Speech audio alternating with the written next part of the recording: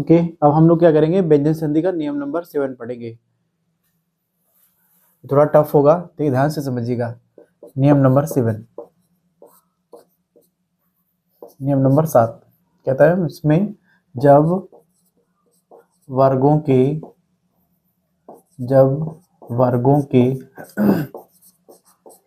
पहले अक्षर के बाद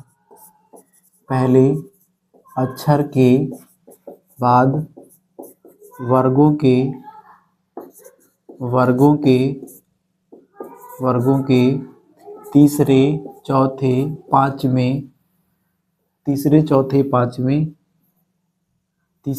पांचवें अक्षर आए तो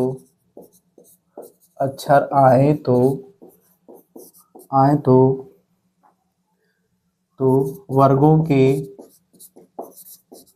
के पहले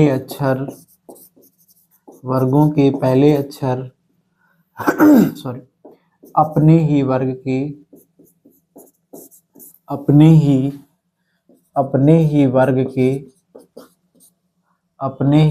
के तीसरे अक्षर में बदल जाते हैं। तीसरे अक्षर में बदल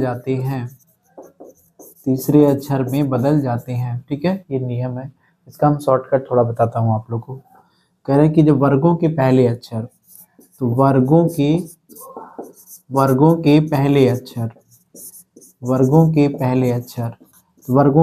क्या होते हैं? 5 वर्ग होते हैं। का वर्ग, एक होता है चा वर्ग, एक होता है टा वर्ग, एक होता है का चा टा ता, और एक होता है पा वर्ग। का वर्ग, चा वर्ग, टा वर्ग, ता वर्ग, पा वर्ग के बाद, है ना, अक्षर के बाद, मतलब धन के बाद अगर क्या आ जाए, वर्गों के तीसरे आ जाए अक्षर, आ जाए, चौथे अक्षर आ जाए, तो पांचवें अक्षर आ जाए, ऐसा अगर हो जाता है तो ये जो वर्गों के पहले अक्षर होते हैं ना, वर्गों के ये जो पहले अक्षर होते हैं, ठीक है, अपने से तीसरे में बदल जाते हैं। ठीक है, तो का तीसरा क्या हो जाएगा? का। चा का तीसरा क्या हो जाएगा? जा। टा का तीसरा क्या हो जाएगा? डा। ता का तीसरा क्या हो जाएगा? दा। पा का तीसरा क्या हो जाएगा? बा हो जाएगा। ठीक है, इस तरीके से आपको ध्यान में रखना है। अब देखो, इसका एक एग्जाम्पल यहाँ पर हम करके बताते हैं, आप लोग को तो समझ में आ जाएगा। जैसे हमने एक शब्द दिया, एक शब्द होता है जगदीश। बेटा, जगदीश की अगर हम लोग बात करेंगे तो इसका संधि विच्छेद क्या होगा? इसका संधि विच्छेद होगा जगत धन ईश हो जाएगा। और इसमें ध्यान रखना, एक की थोड़ा ध्यान में रख के चलना है, वर्गों का पहला तीसरा अक्षर आए, या फिर कोई अगर स्वर भी अगर आ जाता है, आए या कोई स्वर अगर आ जाए, तो भी यही नियम लागू होता है इसमें। तो अब देखो यहाँ पर जगत धन ईश बराबर क्या होता है? जगदीश होता है।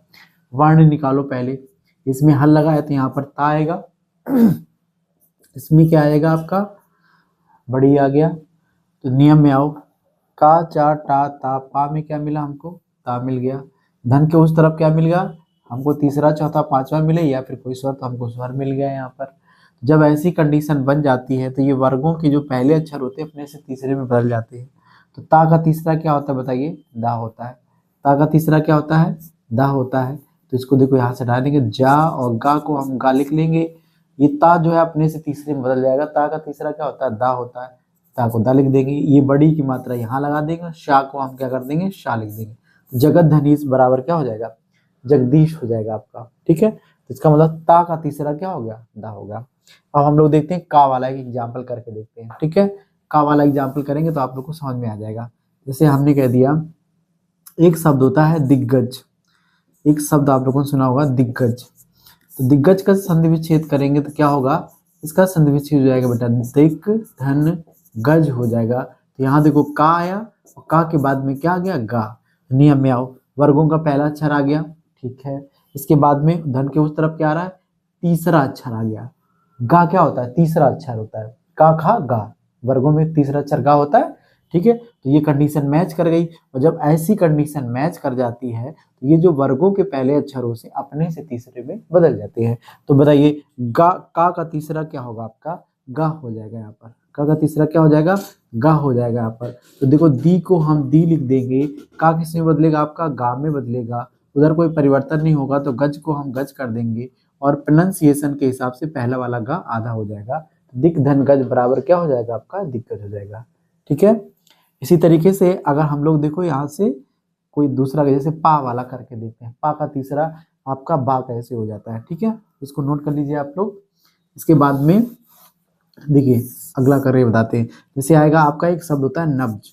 ठीक है, नब्ज शब्द होता है। नब्ज शब्द का जब संधि विच्छेद करेंगे तो इसका हो जाएगा आपका नप धन जा हो जाएगा। नप धन क्या हो जाएगा जा हो जाएगा। देखो इसमें वर्गों का पहला अक्षर पा आ गया और उधर क्या आ गया हमारा जा आ गया। तो जा आया है तो क्या है तीसरा है। ठीक है, जा आया तो क्या है तीसरा अक्षर आ गया वहां से। तो जब ऐसी कंडीशन बन जाती है तो बताओ वर्गों के पहले अक्षर किस में बदल जाते हैं अपने से तीसरे में बदल जाते हैं। तो पा का तीसरा क्या होता है बोलो पा फा बा। तो पा का तीसरा यहाँ पर क्या हो जाएगा आपका बा हो जाएगा।